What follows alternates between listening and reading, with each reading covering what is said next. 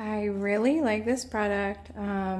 It has to where you can change it for 2 hours, 4 hours, 6 hours, or 8 hours. You can also change the colors. So if you go to 1, 2, 1, 3. So there's different settings when you turn the power button on and off. I like 1, it changes through the colors. It's super quiet.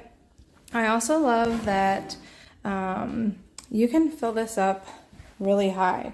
So its max water level is here. So this whole tank is full up to here. So you're getting a lot of use out of it. It is super quiet.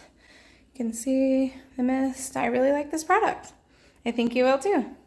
This mister has 3 different settings for how much mist you wanted to spread to throw out.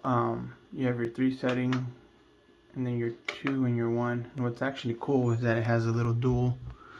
So you flip this up, and it'll give you the option to flip to different directions. If you just want it 1, you just press it down, and it'll only shoot that one side.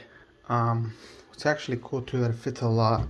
You have your little so you have your, on the side over here, you have your little gauge that tells you how much water you have. And then and it fits a lot of water. It fits probably a little bit over a gallon of water. This is the whole reservoir that holds the water.